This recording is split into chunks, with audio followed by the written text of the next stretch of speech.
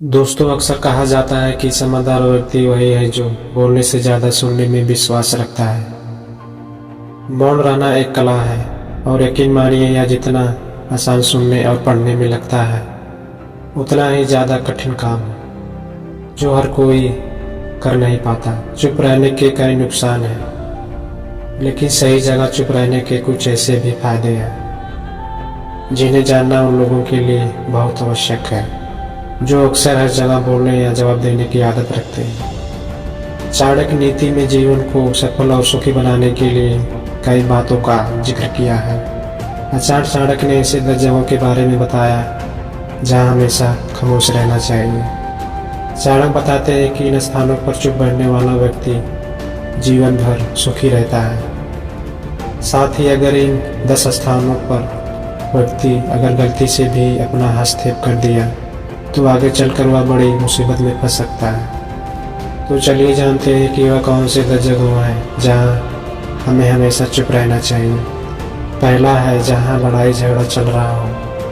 चाणक्य नीति में आचार्य चाणक्य बताते हैं कि जहां पर लड़ाई झगड़ा हो रहा हो उस जगह पर व्यक्ति को हमेशा खामोश रहना चाहिए। यदि किसी स्थान पर लड़ाई झगड़ा चल रहा है और आपका उससे कोई संबंध नहीं है तो आपको उसके बीच में कोई भी हस्तक्षेप गलती से भी नहीं करना चाहिए। अगर आपने गलती से भी उन लोगों के बीच में हस्तक्षेप कर दिया तो आगे चलकर आपके ऊपर बहुत बड़ी मुसीबत आ सकती है। इसलिए झगड़े वाले स्थान पर मौन रहना ही अच्छा है। दूसरा है जहां लोग अपनी तारीफ खुद ही कर रहे हों। आचार्य चाणक्य के अनुसार अगर किसी स्थान पर लोग खुद ही की तारीफ खुद ही कर रहे हैं वैसे स्थान पर खामोश रहना चाहिए।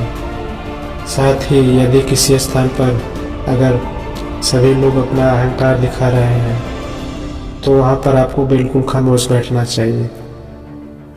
चाणक्य बताते हैं कि ऐसी जगहों पर बोलने वाले व्यक्ति का अपमान ही होता है। उसके अलावा वे लोग आपको नीचा दिखाने की भी कोशिश करेंगे। इसलिए एक बुद्धिमान व्यक्ति को ऐसे स्थान पर हमेशा चुप ही रहना चाहिए। तीसरा है जब कोई किसी और की बुराई कर रहा हो। जब कोई आदमी आपके सामने किसी तीसरे आदमी की बुराई कर रहा है तो उस समय आपको बस चुप रहना सुनना चाहिए और अपनी राय व्यक्त नहीं करना चाहिए, क्योंकि जो आपके सामने तीसरे की बुराई कर रहा है वह कल किसी और के सामने आपकी भी बुराई कर सकता है। यदि आपने कुछ कहा तो इसलिए बेहतर यही होगा कि आप ऐसे स्थान पर रुके ही ना जहां किसी की बुराई की जा रही हो। चौथा है जब आपके पास अधूरी जानकारी हो। अधूरी जानकारी बहुत ही खतरनाक होता है। यदि आपको किसी घटना या किसी विषय पर अधूरी जानकारी है तो तब आपके लिए चुप रहना ही उत्तम है, क्योंकि अधूरा ज्ञान बड़े ही घातक होता है। यह आपको हंसी का पात्र भी बना सकता है या किसी मुसीबत में भी डाल सकता है, या फिर आपके लिए अधूरे ज्ञान से दूसरे को हानि भी हो सकता है। इसलिए आपको किसी दूसरे को सलाह या ज्ञान तभी देना चाहिए जब आपको उस चीज़ के बारे में पूरी जानकारी हो।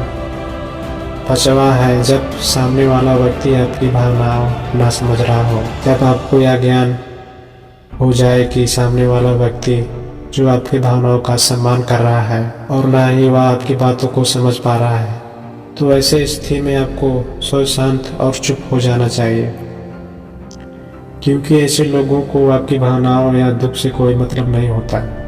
ऐसे लोगों को अपना बात बताकर आपको पछताना ही पड़ेगा।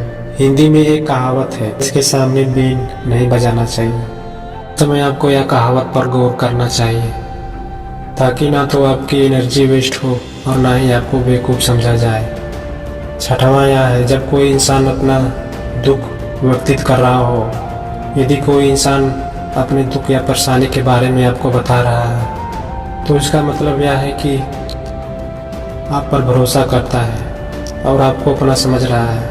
ऐसे में तुरंत ही उससे सावधान बताने के बजाय चुप रहना, उसकी दुख या समस्या को ध्यानपूर्वक अच्छे से सुने। उसके बाद अगर आपने कभी अपनी ज़िंदगी में वैसे परिस्थिति का सामना किया हो और आपको यह पता है कि ऐसे परिस्थिति में क्या करना चाहिए होगा, तभी जाकर ही आप उसको उसकी परेशानी अनुसार सावधान दें। यदि आपको नहीं पता कि उस समय क्या करना चाहिए, तब आपके लिए चुप रहना ही बेहतर होगा। ऐसा इसलिए क्योंकि गलत सलाह देने से उसकी परेशानी और भी बढ़ सकती है।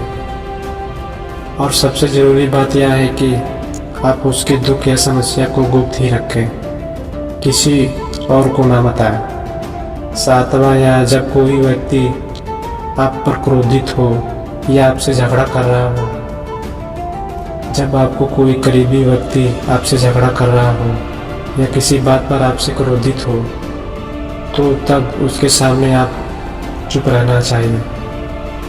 समझदारी भरा कदम होगा। यदि जब व्यक्ति गुस्सा कर रहा होता, तब उसका अपने मन पर नियंत्रण नहीं रहता।